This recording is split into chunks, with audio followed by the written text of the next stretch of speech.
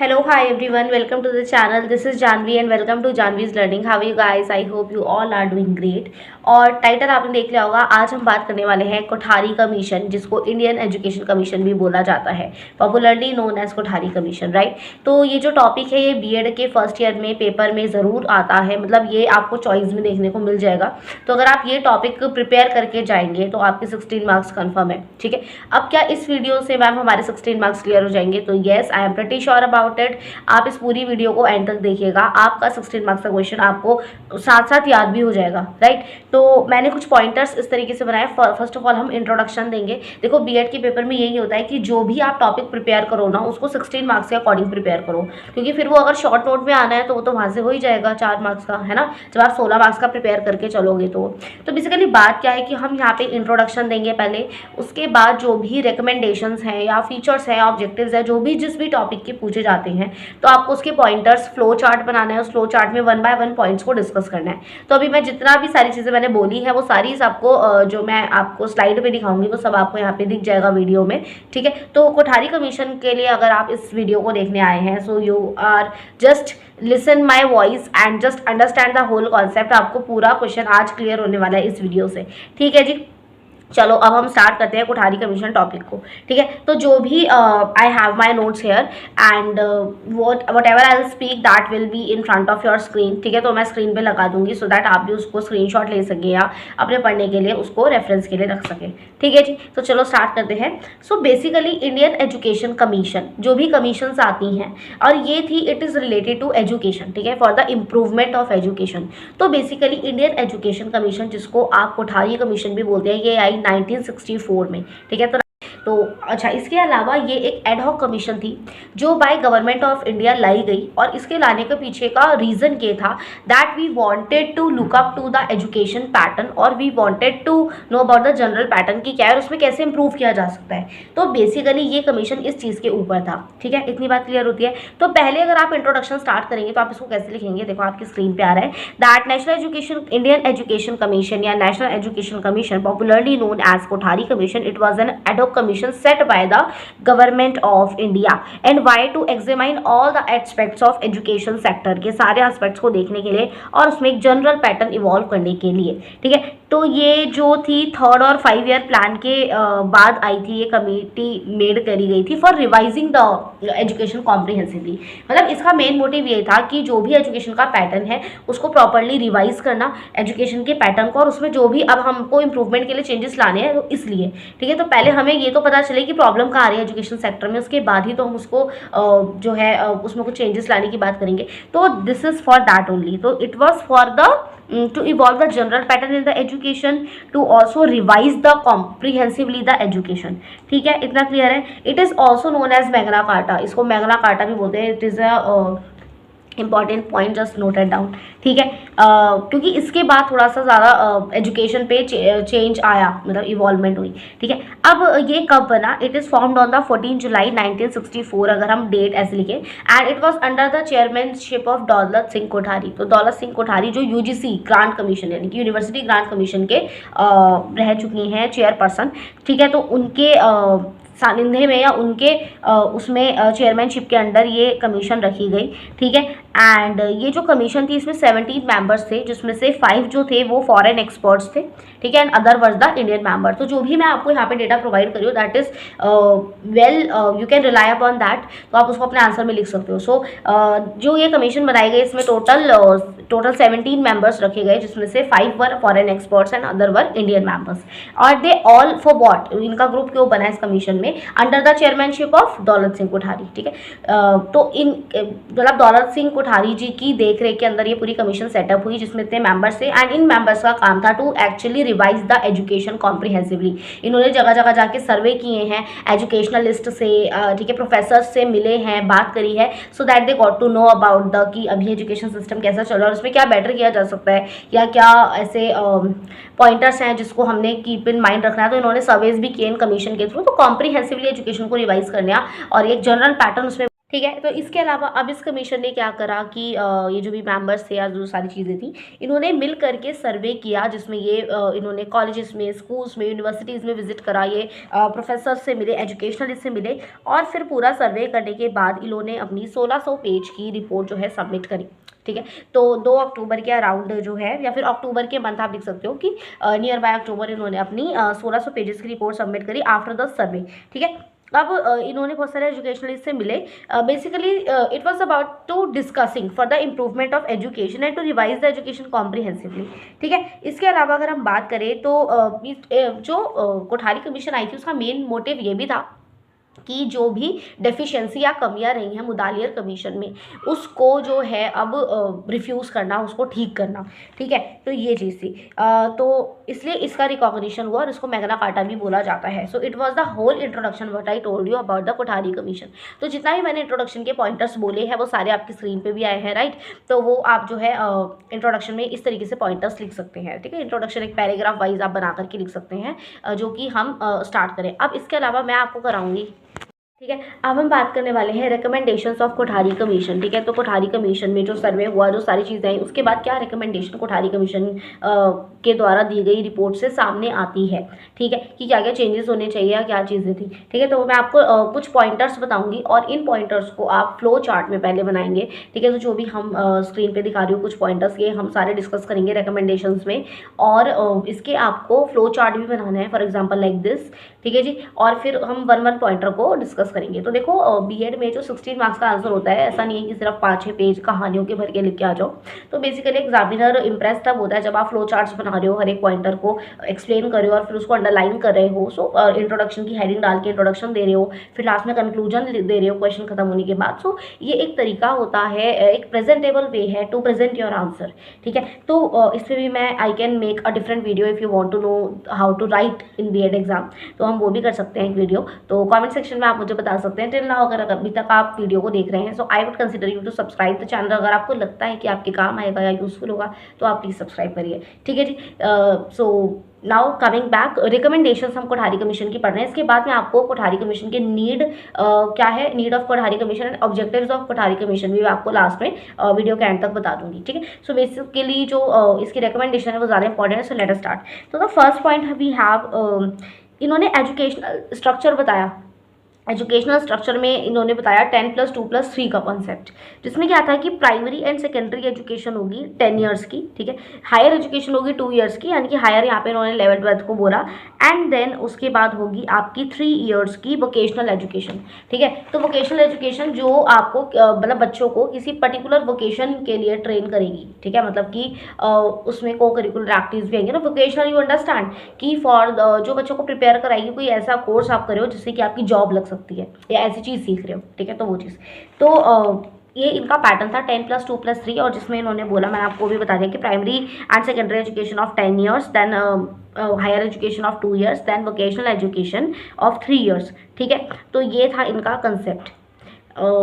आगे बढ़ें। अच्छा, इसमें एक और चीज़ उन्होंने बोली है कि हमें यूनिफॉर्मिटी लानी है। What we want, uniformity in the pattern of education structure. ठीक है। आगे बढ़ते हैं। स्ट्रक्चर इनका 10+2+3। Then they talk about second point which is curriculum and language. तो करिकुलम और लैंग्वेज इसमें इस पैराग्राफ में, इस पॉइंटर में आप क्या बता सकते हो कि कोठारी कमीशन ने सजेस्ट करा है that curriculum should be upgraded. ठीक है। And science and technology should be considered. ठीक है। While making the curriculum. तो ऐसा करिकुलम बनाओ जिसमें टेक्नोलॉजी और साइंस, जैसे आईटी सब्जेक्ट जो अब हम पढ़ते हैं, राइट। तो कहीं ना कहीं कोठारी कमीशन की रिकमेंडेशन का ही पार्ट है कि इसमें साइंस और टेक्नोलॉजी दोनों को कंसिडर करना है। करिकुलम अपडेटेड होना चाहिए, अपग्रेडेड होना चाहिए। And diversification of curriculum, 3 language formula इन्होंने प्रमोट किया कि 3 लैंग्वेज फॉर्मूला समझते हो? इफ़ यू नो तो मुझे कमेंट सेक्शन में बताना। Otherwise I am going to make another short और वीडियो फॉर 3 लैंग्वेज फॉर्मूला, क्योंकि 3 लैंग्वेज फॉर्मूला जो है शॉर्ट नोट में भी आपसे पूछा जाता है। So I can make video for that. तो but if you know about the 3 language formula, comment down below. So basically they promoted, चलो मैं थोड़ा सा हिंट दे देती हूँ। 3 लैंग्वेज फॉर्मूला में मदर टंग को भी इंपॉर्टेंस दी जाती है। ठीक है। अब ज़्यादा बोलूँगी तो फिर वो आंसर पता चल जाएगा। चलो आप मुझे कमेंट में बताओ। Till then I will make the next video on 3 language formula. ना इन्होंने बोला करिकुलम एंड इसके बारे में, लैंग्वेज के बारे में, दैट 3 लैंग्वेज जो है should be promoted, 3 language formula का यूज़ हो, curriculum should be upgraded, technology should be the part of curriculum, and कुछ करिकुलम ऐसा होना चाहिए जिसमें बच्चों में मॉरल एंड स्पिरिचुअल वैल्यूज़ भी जनरेट हो। आप देखते हो आजकल वैल्यू बेस्ड क्वेश्चन होते हैं, आप आजकल आप बुक्स में देख पाओगे वो चीज़। तो कहीं ना कहीं रिकमेंडेशन है कोठारी कमीशन की कि जिससे बच्चों में मॉरल और स्पिरिचुअल वैल्यू है, ऐसा भी करिकुलम का में वो चीज़ होनी चाहिए। तो इसलिए वैल्यू बेस्ड क्वेश्चन भी आजकल आपको देखने को मिलते हैं। So I am not saying कि हर एक कमीशन मतलब ये चीज़ इसी कमीशन की वजह से आई है, मैं ये नहीं बोल रही हूँ। मैं सर आपको ये बता रही हूँ कि इस कोठारी कमीशन की क्या क्या रिकमेंडेशंस थी, ठीक है। तो धीरे धीरे बहुत सारी इसके बाद भी बहुत सारी मतलब कमीशंस आए हैं, सर्वे हुए हैं, और एजुकेशन पैटर्न में चेंज लाने के लिए, उसको अपग्रेड करने के लिए चीज़ें करी गई हैं। तब जा करके जो आज हम एजुकेशन का पैटर्न फॉलो कर रहे हैं वो एक समहाउ यूजफुल पैटर्न है, राइट। अब NEP 2020 भी आ रही है जिसके अकॉर्डिंगली भी चेंज होगा। तो टाइम टू टाइम चेंजेस होते रहते हैं। ये बात है 1964 की, जिस समय कोठारी कमीशन आई थी under the chairmanship of Daulat Singh Kothari. तो उन्होंने क्या क्या रिकमेंडेशन दी थी, हम वो बात करें, ठीक है। तो दूसरा पॉइंट आपको करिकुलम का समझ में आ गया। पहला मैंने आपको एजुकेशन के स्ट्रक्चर का बताया 10+2+3 वाला। तीसरा इनका जो रिकमेंडेशन था दैट वॉज रिलेटेड टू जो एम्स ऑफ एजुकेशन सिस्टम है वो क्या होना चाहिए। This is a very important point, तो लेट अस डिस्कस दैट कि एम्स ऑफ एजुकेशन में इन्होंने ये बोला एजुकेशन फॉर इंक्रीजिंग प्रोडक्टिविटी, कि ऐसी एजुकेशन होनी चाहिए जो बच्चों में प्रोडक्टिविटी को बढ़ाए, जिसमें वर्क एक्सपीरियंस, टेक्निकल एजुकेशन भी उनको मिले। Education for social and national integration, बच्चों को ऐसा करिकुलम होना चाहिए डिज़ाइन या ऐसा एजुकेशन सिस्टम होना चाहिए जिससे कि बच्चों के मतलब उनको एक नेशनल इंटीग्रेशन के साथ, मतलब नेशन के साथ जोड़ करके उनको पढ़ाया जाए।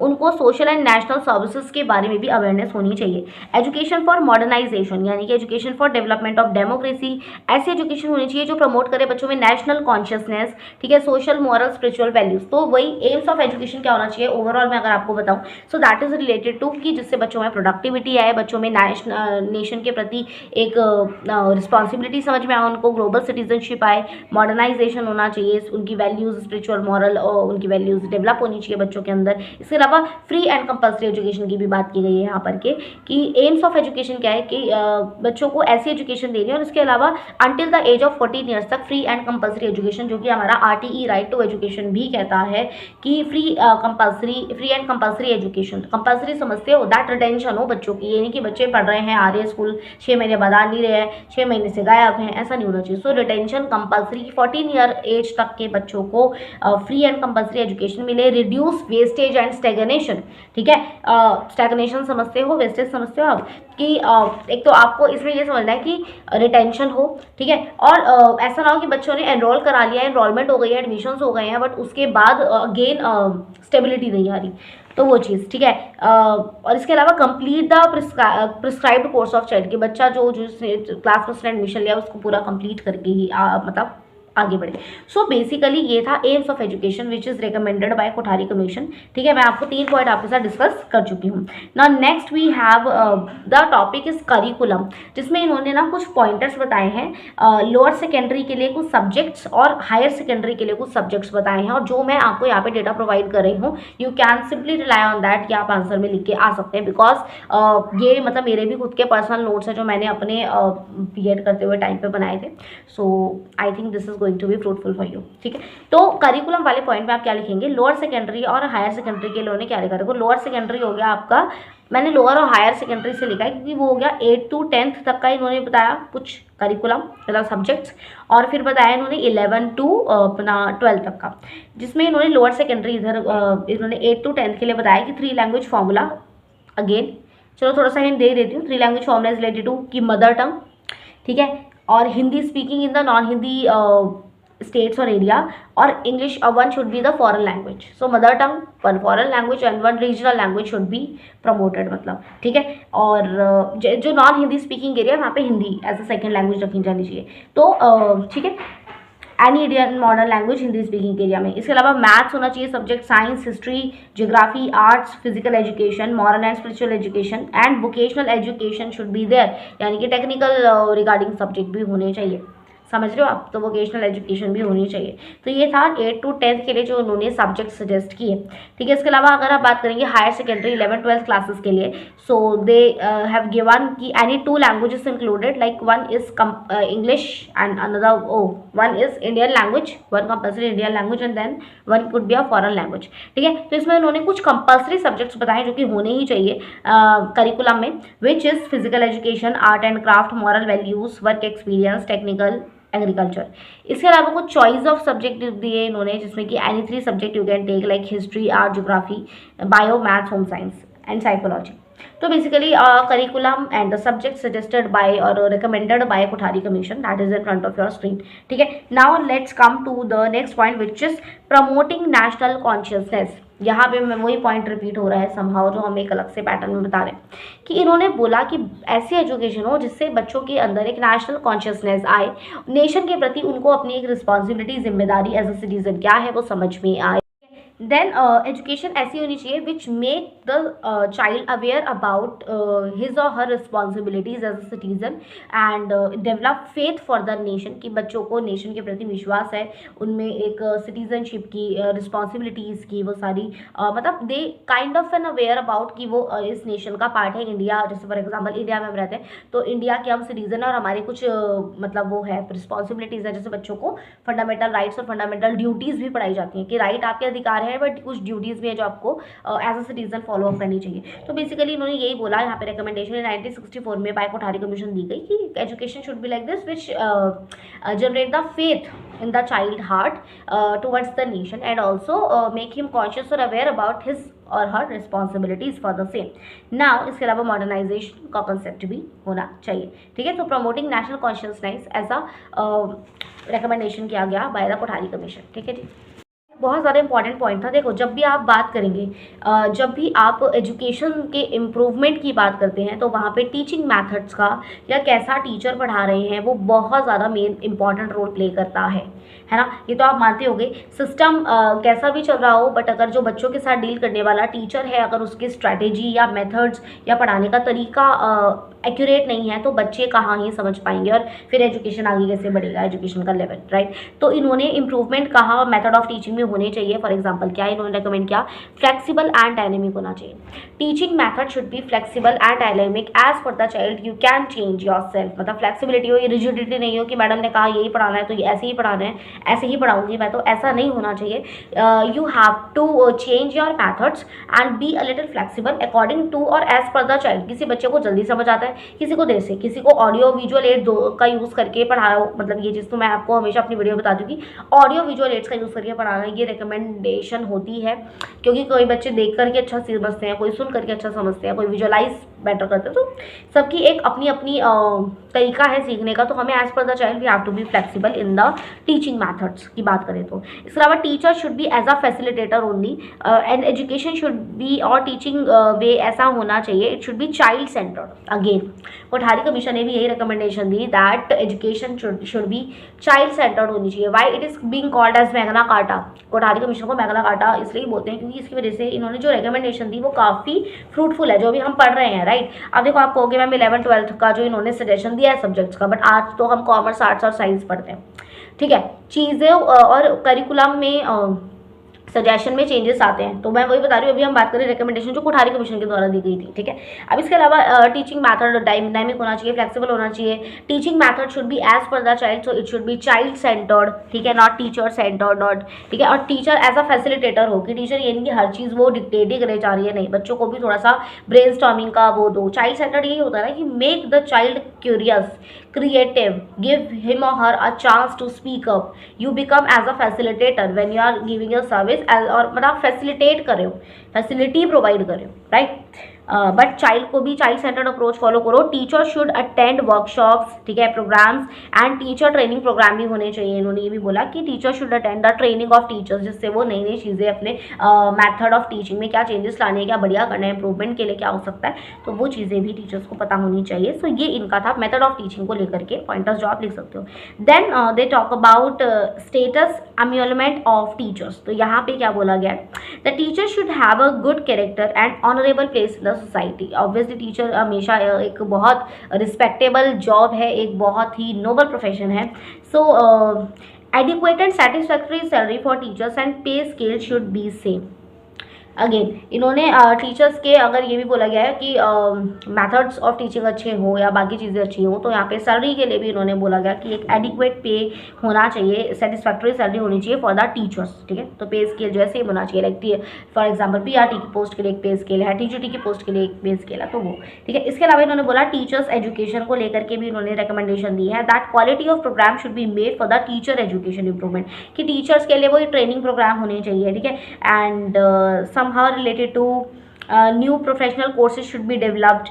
ठीक है, इसके अलावा ट्रेनिंग फैसिलिटीज प्रोवाइड कराओ। Post graduate courses for the teacher should be flexible and plan. तो मतलब कि यहाँ पे इन्होंने बोला कि teachers should have that quality and ये सारी चीज़ें हमने बात करी जो इन्होंने और रिकमेंडेशन दी है। ठीक है, इसके अलावा टेक्स्ट बुक से रिगार्डिंग भी इन्होंने अपनी रिकमेंडेशन दी है that text book should be quality based not the quantity based, कि भाई बहुत मोटी सी किताब है तो मतलब अच्छी है, नहीं, उसमें कंटेंट क्या है वो मैटर करता है, कंटेंट क्या है भाई। तो क्वालिटी बेस्ड टेक्स्ट बुक होनी चाहिए and multiple choice of books होनी चाहिए एंड अप्रूवल ऑफ मैन्युस्क्रिप्ट। ठीक है, it is suggested basically the quality based text book. ठीक है, हाँ, इसके अलावा मेरे को ये टेक्स्ट बुक में कुछ और भी लिखवाना था that NCERT and SCERT board जो था इसके लिए रखा गया, NCERT SCERT board made for this, कि बुक्स ऐसी होनी चाहिए जिसमें ऐसा नो प्रॉफिट नो लॉस वाला बेसिस है, मतलब basically it should B quality based and with the uniform curriculum, एक स्टैंडर्ड सेम यूनिफॉर्म करिकुलम होना चाहिए, इंटरेस्टिंग होनी चाहिए।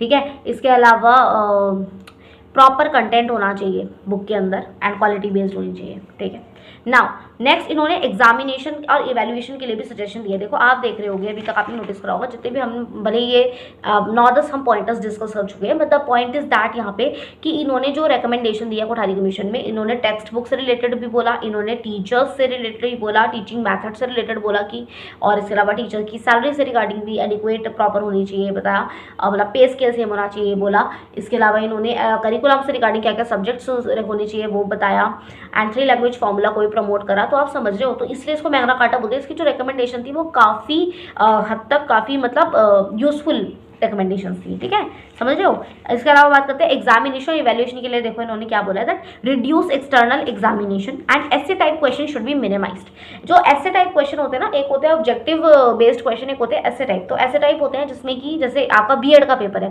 That is not objective based, that is ऐसे टाइप पेपर जिसमें आपको एक प्रॉपर लेंथी आंसर लिखना होता है। Lengthy answer means like paragraph wise answer लिखना होता है, बड़े मार्क्स होते हैं। ऑब्जेक्टिव बेस्ड में आता है आपके मल्टीपल चॉइस, ये सब ट्रू एंड फॉल्स। तो बेसिकली इन्होंने बोला ऐसे type should be minimised and discourage करो रोड लर्निंग को, रट्टाफिकेशन करानी ही नहीं है।